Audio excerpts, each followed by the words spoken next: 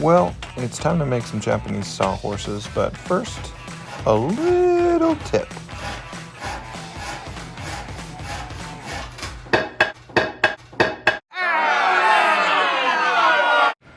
Having a newborn has its own set of challenges.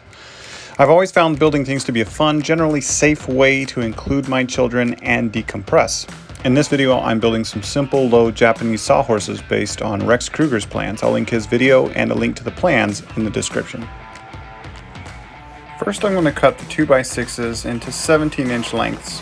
You can probably cut these longer or shorter, however you feel, but this was the length in the plans and it feels comfortable, and I could stand on it in the end to test it.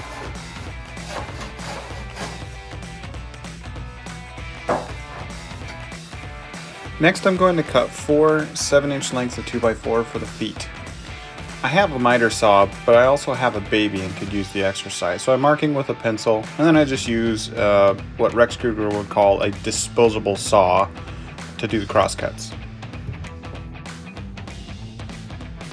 With all cuts made, I'm going to start making the feet. It's all very simple to mark up, based on 1.5-inch measurements customary to lumber in the United States. This really is a simple project, and I love that about it. Here's what it looks like when the pencil marks are all completed. Transfer them to both sides, it'll come in handy, trust me.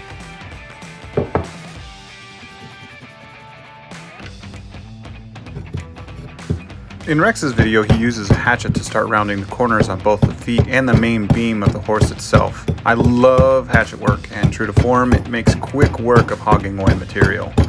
I mean, the chips, oh gosh, it just makes it so easy. I will point out here, as Rex did, that you can see my left hand is far away from the actual cutting that's happening down below. I'm keeping the angle of the hatchet relatively the same. I'm more bending the work to match what it is I want to do with the wood.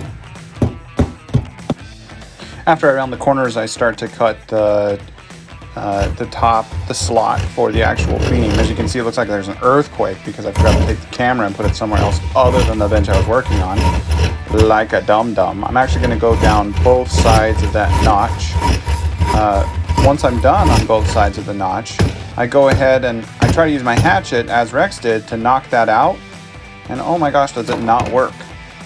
I don't understand what happened, but then I just did what he did in the video, put it under a couple support beams, took my hatchet, and just like that, it popped out, guys. Seriously. It's like magic. Amazing.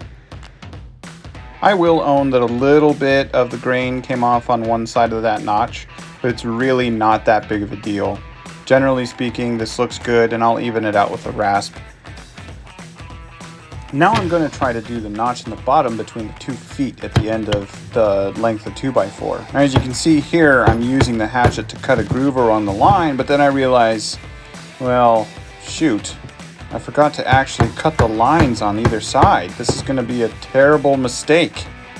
So let's go ahead and do that. Now with the notches cut, I go ahead and I take that hatchet and I start doing the same thing I did before. I'm just taking the edge, I'm walking it along the line to really start to cut into those fibers, keeping my fingers safe away from the blade there. And then it's just a matter of giving it some sharp taps with my wooden mallet. As you can see, I also made that mallet recently. Here I am tapping it, and there goes the waste. Just like that, it pops out nice and easy.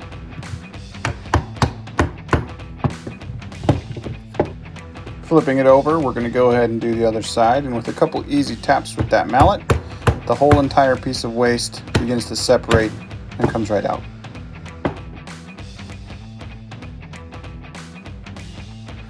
With the feet now separated from their waste parts in the slots, I'm going to go ahead and use a chisel to try to clean that up a little bit. There's a bit of that waste that's still clinging on, and a sharp chisel makes for pretty quick work.